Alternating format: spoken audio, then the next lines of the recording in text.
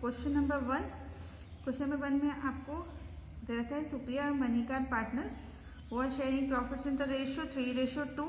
नीचे उनके balance sheet दे रखी है और कुछ इन्फॉर्मेशन दे रखी है और लास्ट में दे रखा है record necessary journal entries at the time of dissolution of the firm. आपको जर्नल एंट्रीज करनी है। अब जब अभी हमारे को डिसोल्यूशन का टाइम होता है तो डिसोल्यूशन का मतलब क्या है कि आपकी सारी असेट्स जो हैं वो सेल कर दी जाएंगी, सारी लाइबिलिटीज़ की पेमेंट हो जाएगी और जो भी उनके पार्टनर्स हैं उन पार्टनर्स को भी जो है फाइनल पेमेंट करके फर्म को क्लोज कर दिया जाएगा।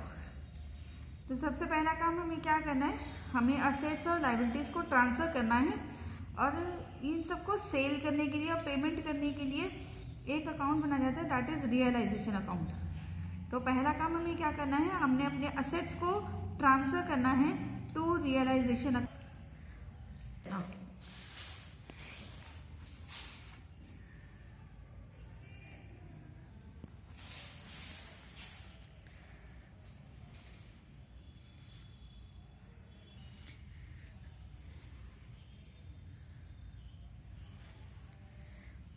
प्रोविज़न जो है वो हमारा ट्रांसफ़र हो गया इन रियलाइजेशन अकाउंट।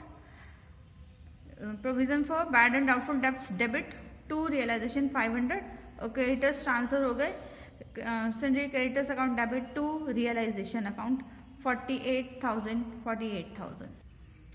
इसके बाद लायबिलिटी साइड पर देखिए कोई रिजर्व्स हैं तो पहले हम रिजर्व्स डिस्ट्रीब्यूट कर देंगे, कोई अनडिस्ट्रीब्यूटेड प्रॉफिट्स होगा तो वो डिस्ट्रीब्यूट कर देंगे। असेट साइड पर देखेंगे अगर कोई लॉसेज है तो लॉसेज भी डिस्ट्रीब्यूट करेंगे। असेट साइड पर तो कोई लॉसेज नहीं है, केवल लायबिलिटी साइड पर हमें जनरल रिजर्व दे रखा है, इस जनरल रिजर्व को डिस्ट्रीब्यूट करेंगे।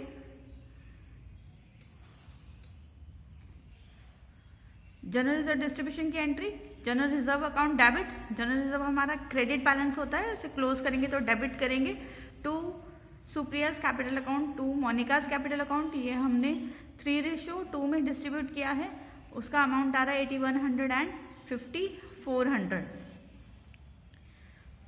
इसके बाद हमारी असेट्स की सेल की एंट्री है। असेट्स की सेल की एंट्री हमारी जो है हमें नीचे इंफॉर्मेशन, असेट्स की सेल की एंट्री नीचे इंफॉर्मेशन में दी है। सबसे पहले दे रखा है assets realised 20%, assets realised at discount of 5%, यानी कि हमारी जो debtors realised at discount of 5%। Debtors हमारे हैं 21,000, 5% डिस्काउंट जो है उसका कितना हो गया आपका 1050, उसको माइनस करके आपका 19,050 जो है उसका अमाउंट आता है। फिर हमने स्टॉक का अमाउंट है, स्टॉक रियलाइज्ड 7,000, स्टॉक के 7,000 मिल गए, फिक्स असेट्स के 42,000 मिल गए। ये टोटल अमाउंट जो है हमें मिला है असेट्स के लिए। देखिए जब हमने असेट्स को सेल किया तो हमारा बैंक अकाउंट डेबिट हो गया, bank account debit to realisation. अब हमें असेट्स नहीं लिखने, असेट्स हमने क्लोज कर दिए। देखिए जब हमारे पहले असेट्स थे, डेबिट बैलेंस होता है असेट्स का, क्रेडिट कर दिया, हमारे असेट क्लोज हो गए।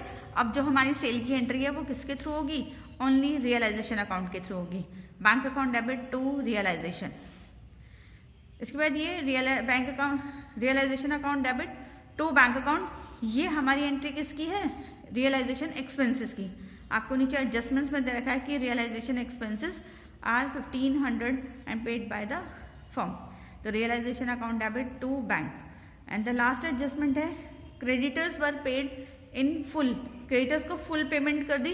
क्रेडिटर्स हमारे कितने हैं 48,000 के और हमने पेमेंट भी कितनी कर दी 48,000। Realisation account debit to bank 48,000। इसके बाद रियलाइजेशन अकाउंट पर प्रॉफिट या लॉस कैलकुलेट किया जाता है। उसके सारे डेबिट्स को टोटल करिए, सारे क्रेडिट्स को टोटल करिए, आपका जो डिफरेंस है वो 3450 आ रहा है। इसका क्रेडिट साइड बढ़ा है, इसका मतलब प्रॉफिट है। रियलाइजेशन अकाउंट डेबिट साइड पे लिखा जाएगा 3450 और वो प्रॉफिट जो है वो कैपिटल अकाउंट में डिस्ट्रीब्यूट हो जाएंगे in the ratio 3:2। That's amount आ रहा है 20701380। आप इसको दोबारा से खुद भी कैलकुलेट करिएगा। इसके बाद जो लास्ट एंट्री होती है वो होती है फाइनल पेमेंट की।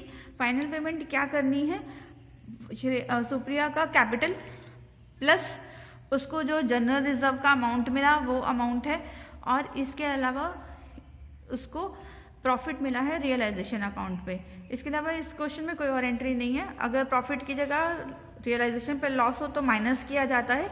अगर कोई वो असेट वगैरह ले जाता है उसकी वजह से उसका अकाउंट डेबिट हो रहा है तो उसको भी माइनस किया जाता है। जिस रीज़न से उसका अकाउंट जो है वो क्रेडिट हो रहा है उसको प्लस करेंगे उसकी कैपिटल अकाउंट में, और जिस रीज़न से वो डेबिट हो रहा है उसको माइनस करेंगे, तो उसका फाइनल अमाउंट निकल आता है कि कितने अमाउंट की पेमेंट की जानी है। इसे हम तब इस तरह से कैलकुलेट करेंगे जब हमें सिर्फ जर्नल एंट्रीज करनी हो। अगर हमें जर्नल एंट्रीज की बजाय पार्टनर्स कैपिटल अकाउंट बनाना है तो हम कैपिटल अकाउंट बनाते हैं, तो हमारा ये बैलेंस निकल के खुद ब खुद आ जाता है।